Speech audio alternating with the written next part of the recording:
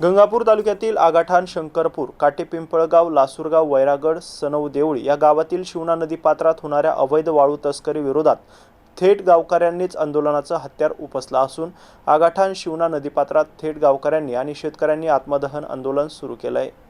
या आंदोलनस्थळी शिल्लेगाव पोलीस घटनास्थळी उपस्थित होते। मात्र ज्यांच्या अखत्यारीत हा विषय येतो ते महसूल विभागाचे अधिकारी आंदोलनस्थळी सकाळी उपस्थित नव्हते। आंदोलनकर्ते शेतकरी भालचंद्र डुबे यांनी सांगितलं की सगळा गोलमाल कारभार आहे। महसूलचे अधिकारी हप्ते घेत असल्याचा संशय येतो, कारण तसं नसले तर वाळू तस्कर रात्री तर सोडाच पण दिवसाही महसूल आणि पोलीस विभागाच्या नाकाबट्टीतून बिना नंबर हायवा ट्रॅक्टर जेसीबीच्या साह्याने वाळू वाहतूक करतात।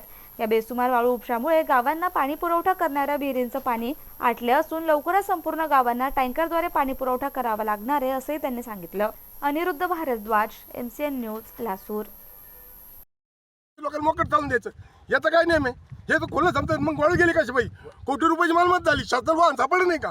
वैजापूर गंगापूरच्या तहसील SDM साहेबांनी वैजापूर तालुक्यातील काही गावामधील जे शेतकरी थडीच्या काळाचे त्यांच्या जमिनीवर बोजा टाकलेला आहे, तसं तुमची अशी मागणी आहे काय? माझी मागणी ना तहसीलदारांना सांगितलं मी निरांजला 200-500 रुपये प्रश्न घेणं पैसे शासनाची मालमत्तेचे पैसे थडीवाले वसूल करता, याच्यावर कायदेशीर दंडात कारवाई होण्यात पाहावं अशी आमची इच्छा आहे। तुम्ही जे पत्र दिलं वसुली संदर्भात हा दिलेलं पत्र त्यांना, त्या बाबतीत तहसीलदारांनी काय सांगितलं? त्याच्यात निर्णयच काही नाही घेतला। करू कारवाई सांगतो करतो असं आश्वासन निसतं, पण हे आश्वासन थोतण झालं आहे, याच्यावर कुठली कारवाई नाही झाली।